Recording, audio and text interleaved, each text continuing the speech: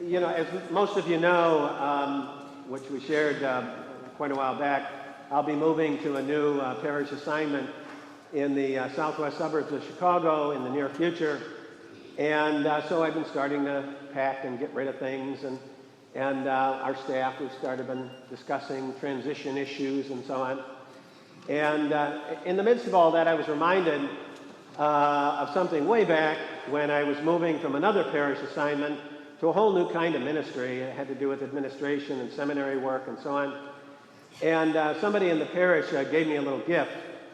And basically what it was a big poster, a big, maybe 2.5 feet by 3 or 4 feet poster. And it was basically a photograph, a close-up of a little chick that had just hatched out of an egg. And so there in the poster was the broken egg, and this little chick that was kind of standing this way, but looking out of the poster with this kind of dumb, numb look on its face. And the caption on the poster was simply, "Now what?"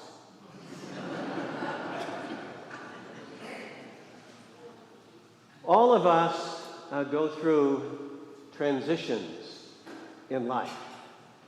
And all of us have that experience of being caught in the in-between stage, the now what stage. Even when the transition is from one thing to something that's really good, there's still that experience in the middle of some anxiety, some concern, some excitement, some worry about what is to come. It's interesting that many people say that the change is hard, but some say that it's not really change that's hard, but rather it's the loss that's involved in change that's hard. Because a lot of times changes lead us to something really good and positive. Graduation from school, so big at this time of year. Graduating from school and moving on to some bright new future. That's exciting, but there's loss. The young couple getting married, they're so excited about getting married. They're so in love, and yet they're losing a lot. They're losing a lot of individual freedom and so on. The prospects of a new job holds great hope for a person, for a family, and yet there's a lot of loss involved in the change and the move. And usually it's those losses really that we really don't like. And there's a well-known study done. It's been around for 30, 40 years. William Bridges, Transitions, still holds water today. He talks about in his book the different things that we lose in transitions. We lose kind of turf and territory. We also lose kind of a sense of identity of who we are. And in this situation over here, we're very familiar with ourselves, with other people, relationships. We know who we are, and we're not so sure where we're going. We might lose security and structure.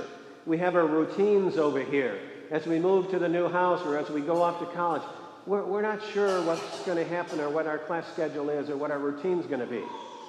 And so there's some anxiety over that loss.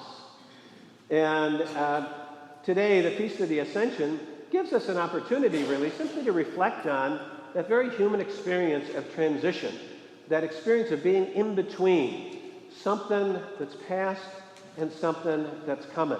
Whether something that's coming is good or not so good, still there's always that experience of loss. The Feast of the Ascension, we celebrate the exaltation of Christ into heaven. He ascends into heaven. He's seated at the right hand of the Father. It's kind of the completion of the Easter experience of resurrection. And so we praise Christ, the exalted one. But we also focus on and see the disciples and what they're left with. It's described in the first reading today from the Acts of the Apostles, written by Luke. Luke's the one that gives us the picture of what the ascension was all about. Jesus called the disciples to this mount, and before them he ascended into heaven. And we're told that they were just kind of standing there watching him. And you could sort of read their lips. Now what? He said that he's going to be with us always to the end of the age, but what does that even mean? Now what? We're right in the middle. We don't know what to say. We don't know what to do. We don't know where to go. We know that Pentecost comes a week later, but they didn't know that. They weren't sure. They were in that in-between time.